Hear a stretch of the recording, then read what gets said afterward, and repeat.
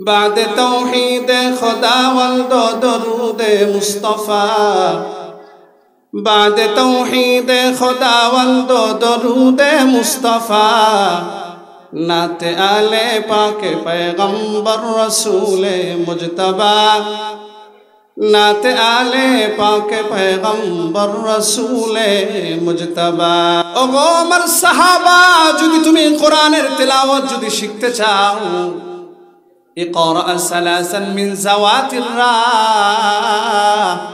তাহলে কোরআনের মধ্যে আলিফ লাম রা সম্পর্কে তিনটা সূরা আছে সেই সূরা তিনটি তুমি মুখস্থ করে নাও আল্লাহ রাসূলের সাহাবা কবির সিনিন আল্লাহ রাসূলের সাহাবা বলে উঠলেন ওগো পয়গম্বর আমার বয়স তো অনেক বেশি হয়ে গেছে এবং আমার জবানটা আমার দিলটা বড় কঠোর হয়ে গেছে এবং আমার জবানটা বড় ভারী হয়ে গেছে আমি এই সূরা শিখতে পারবো না আপনি আরো একটু ছোট সূরার কথা বলেন আল্লাহ রাসূল সাল্লাল্লাহু আলাইহি ওয়াসাল্লাম আবার তাকে শিক্ষা দিতেছেন ইকরা সালাসা মিন হামিম ওরে আমার সাহাবা যদি তুমি কোরআন শিখতে চাও ইকরা সালাসান মিন হামিম তাহলে কোরআনের মধ্যে তিন জায়গায় হামিম দ্বারা সূরা আছে তুমি হামিম দ্বারা সূরাগুলো তুমি শিখে নাও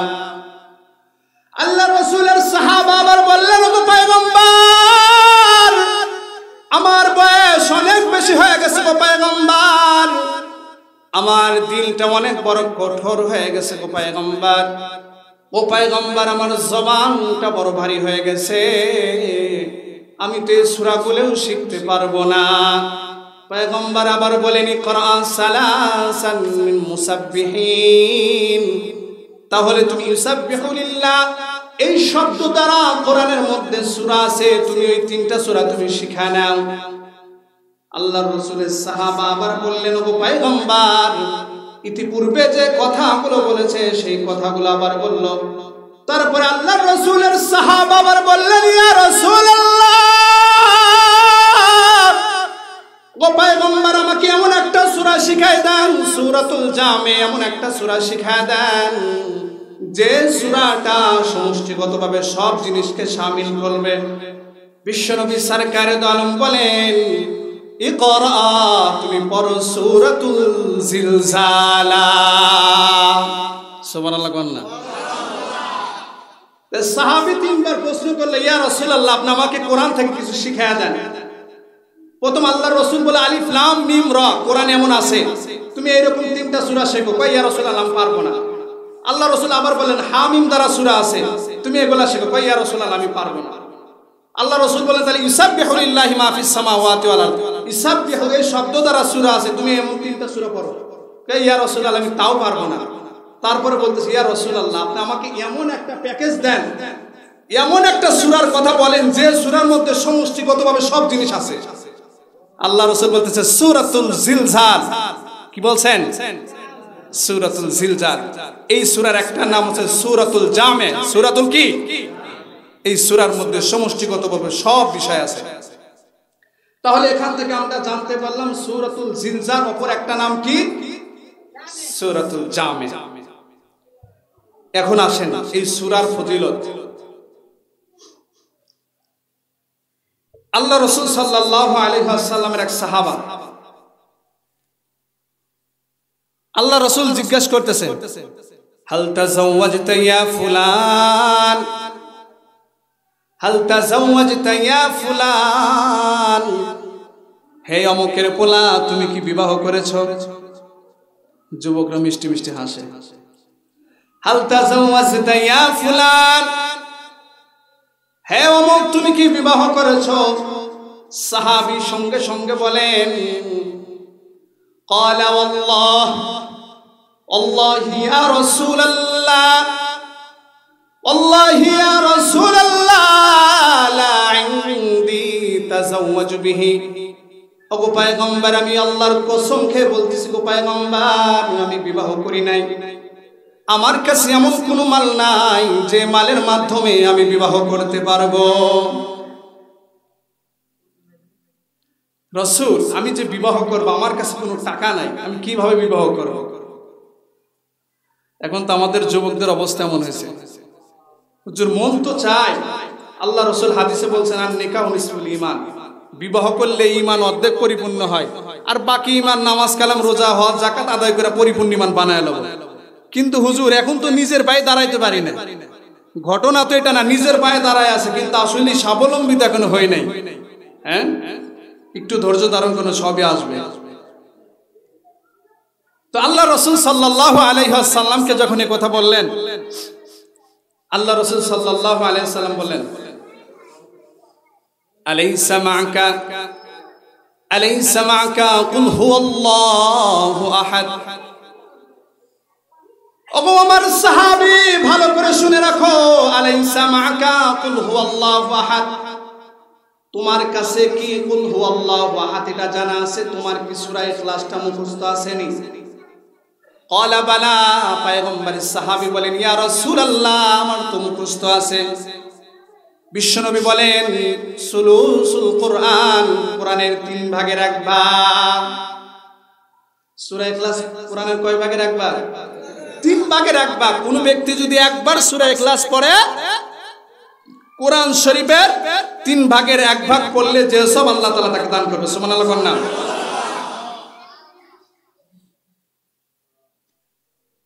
পয়গম্বর আরবি আবার প্রশ্ন করলেন, আলাইসা মা কাইদা জা নাসরুল্লাহি ওয়াল ফাত। ওগো আমার সাহাবী, তোমার কাছে কি ইদা জা নাসরুল্লাহি ওয়াল ফাত এটা আসেনি? পয়গম্বরের সাহাবী বলেন, ক্বালা বালা, ওগো পয়গম্বর এটা আমার মুখস্থ আছে, জানা আছে।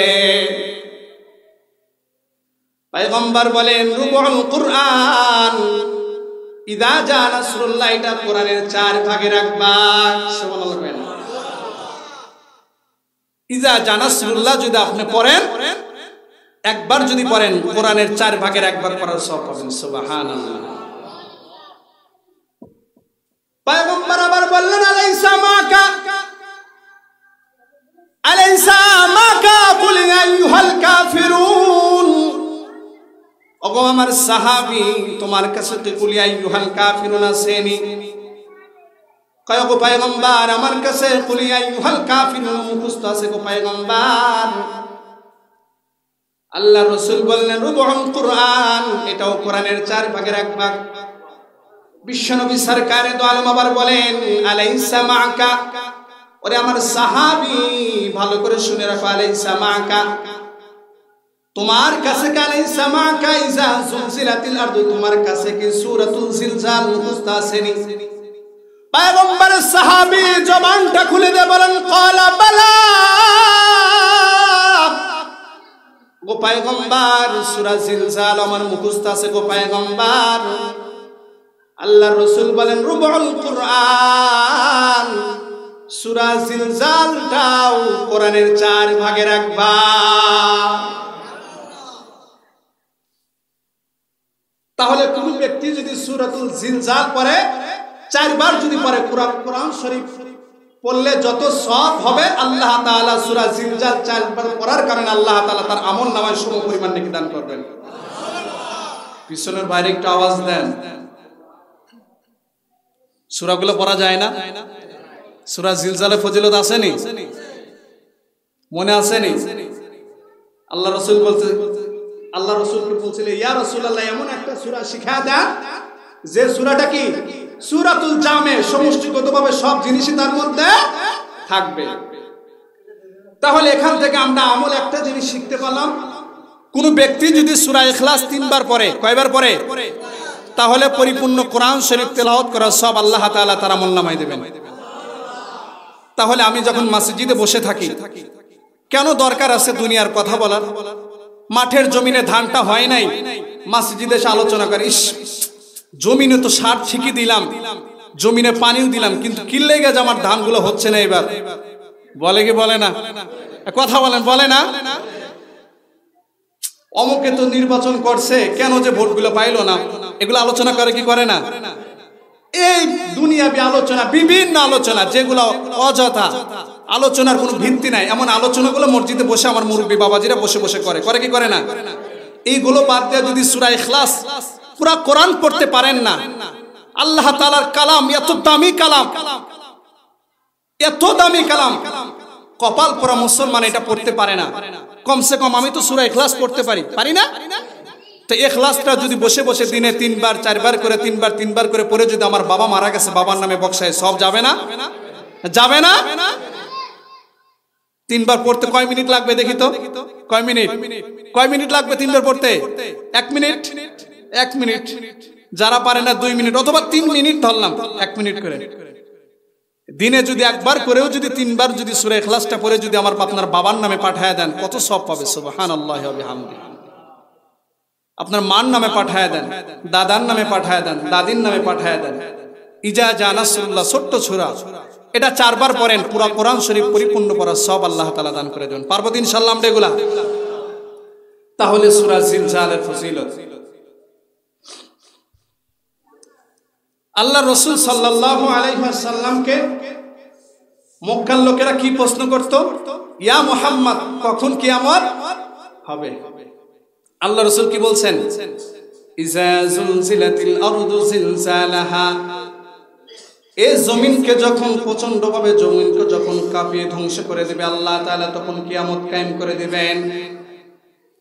মুসলমান ভাইরা আমার, দিলের কানগুলো খুলে শুনতে থাকো, আল্লাহ তাআলা এই জমিনকে ধ্বংস করার মাধ্যমে কিয়ামত কায়েম করে দিবেন। এই দুনিয়া একদিন ছিল না, এখন অবস্থান করতেছে।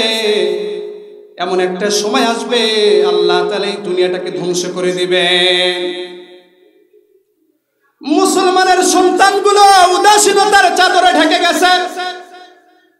মনে হয় এমন এক জিন্দেগি পেয়েছে, এমন এক জীবন তারা পেয়েছে যে জীবনে কোনো মরণ নাই, আর এমন এক দুনিয়া পেয়েছে যে দুনিয়ার কোনো ধ্বংস নাই।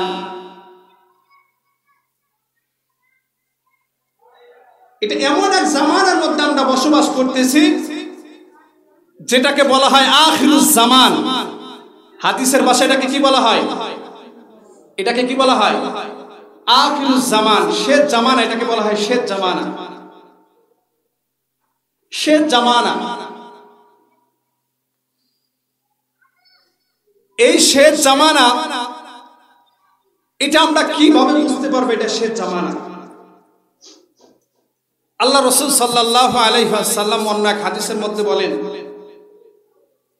যে কিয়ামতের আগে এমন একটা সমাজ আসবে, এমন একটা সমাজ ব্যবস্থা আসবে যে সমাজের মধ্যে প্রচন্ড পরিমাণ ব্যাপক আকারে ফিতনা ফাসাদ বেড়ে যাবে। এখন আপনারা বলেন ফিতনা ফাসাদ বাড়ছে না কমছে? বাড়ছে। ফিতনা ফাসাদ প্রচুর পরিমাণ বেড়ে গেছে। সব জায়গায় ফিতনা, ফিতনার সয়লাব হয়ে গেছে। মুসলমানদের মধ্যে এমন ভাবে ফিতনায় পড়েছে, মুসলমানদেরকে অন্য বিধর্মীরা তাদের উপর জুলুম অত্যাচার করে মুসলমানদেরকে নিপীড়িত করে শেষ করে দিচ্ছে, কিন্তু মুসলমানের কোনো খবর। গাজায়, ফিলিস্তিনে কি অবস্থা, মুসলিম ভাই বোনদের খাবার নাই। অন্যায় ভাবে ইসরায়েলি সরকার, এই জারজ সরকার কিভাবে মুসলমানদের উপর নির্যাতন করতেছে। আমি একটা কিতাব পড়তেছিলাম, কিতাবের মধ্যে লেখেন যে মুসলমানদের মধ্যে এমন ব্যাপক আকারে ফিতনা ফাসাদ ছড়ে যাবে যে এক মুসলমান অপর মুসলমানের সাথে মারামারি, কাটাকাটি, বিভিন্ন ঝগড়া ফাসাদের মাধ্যমে লিপ্ত থাকবে। অন্যদিকে কুফার সংঘগুলো মুসলমানদের উপর নির্যাতন করবে, মুসলমানরা ওইদিকে খবর রাখবে। তার বাস্তব প্রমাণ আমরা নিজেরা গমজাম করতে থাকি। বরঞ্চ আমরা তো একই নবীর উম্মত, একই আল্লাহর গোলাম, একই কোরআনের অনুসারী, একই হাদিসের অনুসারী। আমরা এক ইমামের পিছে নামাজ আদায় করি। ফজরের নামাজ 4 রাকাত করি না 2 রাকাত? কয় রাকাত? 2 রাকাত করি। সব কিছু এত মিল, কিন্তু কিছু জায়গায় এসে মত পার্থক্যের কারণে মুসলমানের মধ্যে লেগে গেছে, আর এই সুযোগটা কাফের, ইহুদি, মুশরিক, নাসারারা নিচ্ছে। আল্লাহ তাআলা আমাদের মুসলিম ভাইদেরকে চোখ কান খোলার তৌফিক দান করে, সকলেই বলে আমিন।